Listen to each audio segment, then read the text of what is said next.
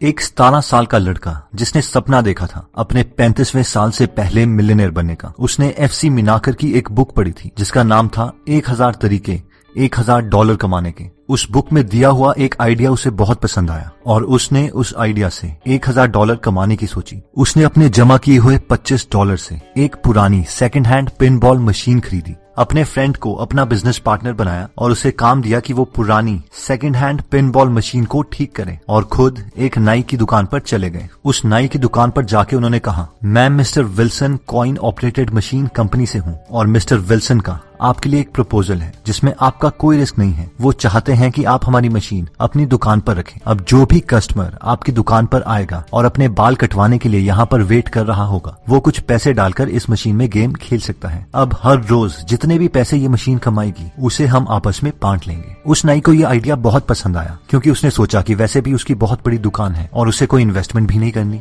और वो इसके लिए बहुत जल्दी राजी हो गया। पहले दिन में उन्होंने उस मशीन से $4 कमाए और जैसे ही उनके पास $25 इकट्ठे हुए, उन्होंने वो पैसे खर्च करने के बजाय एक और मशीन खरीद ली और ऐसे एक एक करते हुए काफी नाई की दुकानों में उस मशीन को इंस्टॉल करवा दिया और 1 साल के बाद उस पूरे बिजनेस को $1000 से ज्यादा का बेचा। और इस इन्वेस्टर को आप बहुत अच्छे तरीके से जानते हैं। इनका नाम है वॉरेन बफेट, जो आज एक बिलियनियर है। अब आप पूछेंगे कि मिस्टर विल्सन कौन है? एक्चुअल में कोई मिस्टर विल्सन थे ही नहीं। वॉरेन बफेट जानते थे कि 17 साल के बच्चे के साथ कोई भी बिजनेस नहीं करना चाहेगा, इसीलिए उन्होंने उस नाई से झूठ कहा। दोस्तों, मैं स्टोरी से बहुत ज्यादा इंप्रेस हुआ था तो मैंने सोचा क्यों नहीं हम भी कुछ ऐसे आइडियाज एक्सप्लोर करें जिससे ₹0 या फिर बहुत कम इन्वेस्टमेंट से एक अच्छा अमाउंट अचीव हो सकता है। और क्या पता आप में से किसी एक इंसान के साथ कोई एक पर्टिकुलर आइडिया ज्यादा कनेक्ट कर जाए और शायद उसमें हम एक्शन भी ले लें। तो चलिए स्टार्ट करते हैं अपने सबसे पहले आइडिया के साथ, जिसका नाम है रियल एस्टेट। दोस्तों, इस टॉपिक पर मैं आपको 2 बुक्स के व्यूज बताऊंगा। पहला है the millionaire real estate investor by Gary Keller और दूसरा है prosperity from property business by Rajvant Singh Mohali.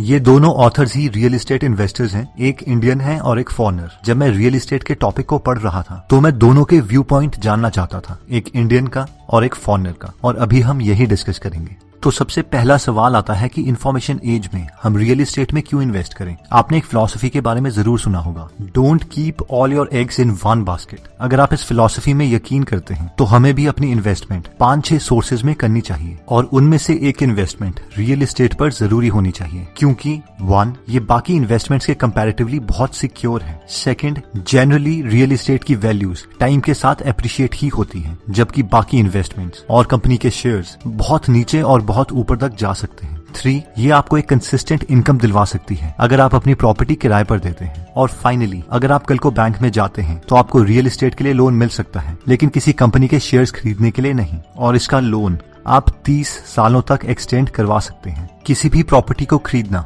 एक 5 स्टेप प्रोसेस है जिसमें सबसे पहले आता है नेट वर्थ मॉडल। एक इंसान को हर महीने 2 तरीके से इनकम आती है, पहली जिसके लिए उसे काम करना पड़ता है और दूसरा एसेट इनकम, जिसके लिए उसे बहुत कम काम या ऑलमोस्ट 0 काम करना पड़ता है। हर अमीर आदमी का फोकस उसकी एसेट इनकम पर होता है। जैसे ही उसके पास इनकम आती है उसके पास 4 ऑप्शंस होते हैं। पहला, वो उसे खर्च कर सकता है जिससे वो अमीर नहीं बनेगा। दूसरा, वो उसे सेव कर सकता है जिससे वो सिक्योर तो हो जाएगा पर उससे भी वो अमीर नहीं बनेगा। तीसरा, वो उसे डोनेट कर सकता है जिससे उसे अच्छी फीलिंग्स आएगी और लोगों की मदद भी होगी। और चौथा, वो उसे इन्वेस्ट कर सकता है। इन्वेस्टमेंट 2 तरीके से कर सकता है, किसी को पैसे देके जैसे कि म्यूचुअल फंड्स, स्टॉक्स और बॉन्ड्स, या फिर खुद इन्वेस्ट करके जैसे कि बिजनेस और रियल एस्टेट। और दोबारा से इस इन्वेस्टमेंट से हर महीने उसे पैसे आएंगे जो कि उसकी एसेट इनकम बढ़ाएंगे और लॉन्ग टर्म में उसे वेल्दी बनाएंगे। अब हर महीने हमारा गोल होना चाहिए कि हम उन नए तरीकों को ढूंढें जिससे हम अपनी स्पेंडिंग्स कम करके इन्वेस्टमेंट में ज्यादा से ज्यादा पैसे लगा सकें। जब आप अपने हर महीने की इनकम के पैटर्न को समझ लेते हैं और इन्वेस्टमेंट की तरफ पैसे जोड़ना शुरू कर देते हैं तो नेक्स्ट स्टेप आता है द फाइनेंशियल मॉडल।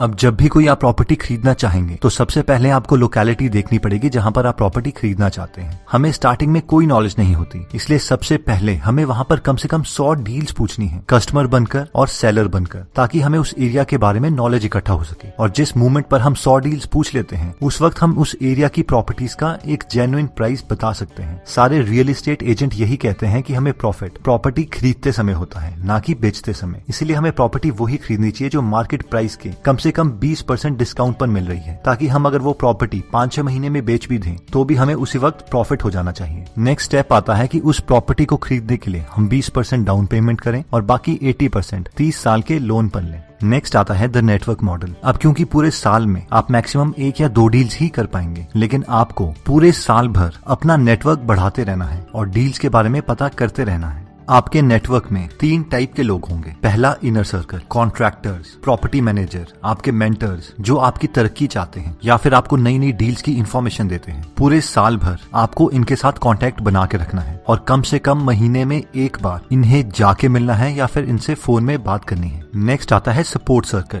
जब भी आप कोई डील कर रहे होते हैं तो आपको advocates, real estate agent, investors, property managers ऐसे लोगों की जरूरत पड़ती है। इसलिए पूरे साल भर आपको इनके साथ भी कांटेक्ट बनाए रखना है और इन्हें कम से कम 6 महीने में 1 बार कॉल करनी है। फाइनली आता है सर्विस सर्कल। लोग जैसे कि plumber, electrician, painter, carpenter, builder etcetera. आप इन लोगों के साथ तभी कांटेक्ट करते हैं जब आपको इनकी जरूरत पड़ती है, लेकिन उसके बावजूद आपके पास ऑलरेडी इनके फोन नंबर्स होने चाहिए और कम से कम ये आपको जानते होने चाहिए ताकि आपका काम जल्दी से कंप्लीट हो सके। नेक्स्ट आता है लीड जनरेशन मॉडल, यानी आपको प्रॉपर्टी डील्स कहाँ से मिलेगी। तो जो भी एरिया आपने सिलेक्ट किया है प्रॉपर्टी के लिए, आपको अपना मैक्सिमम टाइम उसी जगह पर गुजारना पड़ेगा। वहां पर ऐसे बोर्ड्स देखिए जहां पर कोई प्रॉपर्टी बिक रही है, इंटरनेट की वेबसाइट्स देखिए, न्यूज़पेपर की कटिंग्स देखिए और रियल एस्टेट एजेंट से बात करें। उसके अलावा आपको गेट कीपर्स के साथ भी कांटेक्ट रखना है, जैसे कि डाइवोर्स वाले एडवोकेट्स आपको अच्छी डील्स के बारे में बता सकते हैं, क्योंकि मैक्सिमम डाइवोर्स कपल ही अपनी प्रॉपर्टी को सस्ते में बेचना चाहते हैं। या फिर बैंक वाले लोग जो आपको इन्फॉर्मेशन दे सकते हैं और आपको ऐसे लोगों से मिलवा सकते हैं जो अपना घर का लोन नहीं दे पाए और उनकी प्रॉपर्टी नीलाम हो रही है। अब सवाल ये आता है कि इन सब का मतलब तो ये है कि बिना खुद के पैसों से हम कोई प्रॉपर्टी नहीं खरीद सकते। तो ऐसा भी नहीं है। स्टार्टिंग में आप खुद एक रियल एस्टेट एजेंट की तरह काम कर सकते हैं, जिसको सारी डील्स के बारे में पता है, क्योंकि हर वक्त आप प्रॉपर्टी की डील्स ही सर्च कर रहे हैं और आपको सिर्फ ऐसी डील्स ही ढूंढनी है जहाँ पे आप बायर को सेलर के साथ मिला सके और बीच में आपको कमीशन मिल जाए और वहां से आप अपना रियल एस्टेट करियर स्टार्ट कर सकें। नेक्स्ट पॉइंट कहता है कि take global ideas in a local market. ऐसी बहुत सारी बुक्स लिखी जा चुकी हैं जहां पर हमें अपने लोकल बिजनेस को एक्सपैंड करने के तरीके बताए जाते हैं, लेकिन ये अप्रोच उसके एकदम ऑपोजिट है। ये अप्रोच कहती है कि जो आइडिया ऑलरेडी इंटरनेशनल मार्केट में चला है, क्या हम उसे अपनी लोकल मार्केट में इम्प्लीमेंट कर सकते हैं, जहां पर हमें लोग पर्सनल लेवल पर जानते हैं और जिस शहर में, गाँव में हम पैदा हुए हैं, वहां पर हम एक अच्छी पकड़ बना सकते हैं।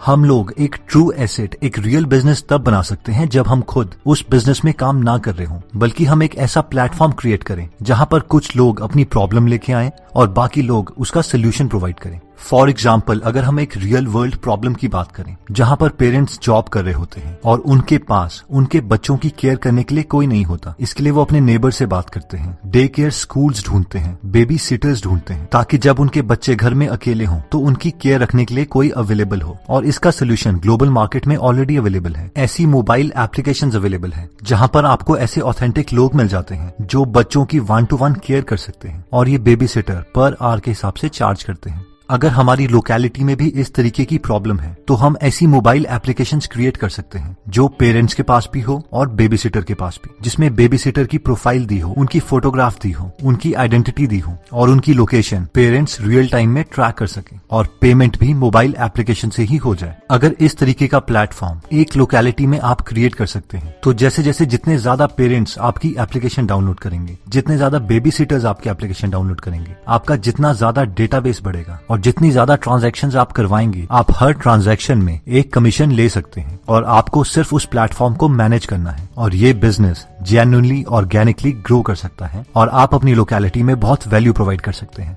वैसे ही अगर आप एक ब्यूटी सर्विस प्रोवाइड करते हैं तो आप अपनी लोकेलिटी के लिए एक ऐसी एप्लीकेशन प्रोवाइड कर सकते हैं जहां पर आपके पास बहुत सारे मेकअप आर्टिस्ट का डेटाबेस हो, हेयर ड्रेसर्स का डेटाबेस हो और ऐसे कस्टमर्स का डेटाबेस हो जो ऐसी सर्विसेज रेगुलर लेते हैं। ऐसी एप्लीकेशन में कोई भी कस्टमर एक अपॉइंटमेंट ले सकता हो, मेकअप आर्टिस्ट, हेयर ड्रेसर का पोर्टफोलियो देख सकता हो और पेमेंट गेटवे के थ्रू पेमेंट कर सकता हो। जब भी ये लोग ट्रांजैक्शन करेंगे उसमें आप एक कमीशन ले सकते हैं। और ऐसी एक application glam squad already international market में अवेलेबल है, जिसे आप पूरे तरीके से अपनी लोकल मार्केट के लिए कॉपी कर सकते हैं। उसी तरीके से आप अपनी लोकेलिटी की कोई भी प्रॉब्लम सॉल्व कर सकते हैं, जैसे कि एक laundry service, mechanic, plumber, massage, doctors, tutors, flower delivery, even की एक टैक्सी सर्विस। अब ऑब्वियसली एक क्वेश्चन आता है कि हम ऐसी मोबाइल एप्लीकेशंस बनवाए कहां से? तो एक वेबसाइट अवेलेबल है जिसका नाम है nexicore.com। ये भी इसी आइडिया में बिलीव करते हैं, जहां पर हम इंटरनेशनल मार्केट के ऑलरेडी वर्केबल आइडियाज को लोकल मार्केट में अप्लाई कर सकते हैं और कोई भी फेमस एप्लीकेशन की क्लोन ऐप बनवा सकते हैं, चाहे वो जोमैटो ऐप हो, फूड पांडा हो, जस्ट ईट हो, स्विगी हो, ग्लैम स्क्वाड हो या फिर इवन उबर ऐप हो। हम बिना कोई खुद की टीम सेट करें इन एप्लीकेशन को नेक्सिकोर से बनवा सकते हैं। लेकिन कई लोगों को ये प्रॉब्लम है कि वो अपना बिजनेस बिल्कुल स्क्रैच से शुरू कर रहे हैं और उनके पास इन्वेस्टमेंट के लिए पैसे भी नहीं है। तो उनके लिए भी एक सोल्यूशन है। फॉर एग्जाम्पल, अगर आप अपनी लोकेलिटी में एक बेबी सिटर सर्विस देना चाहते हैं तो आप 2 व्हाट्सएप ग्रुप बना सकते हैं। एक व्हाट्सएप ग्रुप उन लोगों का जिन लोगों को नौकरी चाहिए और वो बेबी सिटर सर्विस देने के लिए तैयार हो, और दूसरा व्हाट्सएप ग्रुप उन पेरेंट्स का जिनके बच्चे हैं और उन्हें डे केयर के लिए बेबी सिटर सर्विस चाहिए। अब जब भी किसी पेरेंट को बेबी सिटर की रिक्वायरमेंट है तो आप अपने दूसरे व्हाट्सएप ग्रुप से किसी बेबी सिटर को उनके घर भेज सकते हैं, जिसकी आइडेंटिटी आपने ऑलरेडी कंफर्म की है। और जब आपका बिजनेस ग्रो हो जाता है और आप एक प्रोफेशनल बनना चाहते हैं, तब आप उसकी एक प्रोफेशनल ऐप बनवा सकते हैं।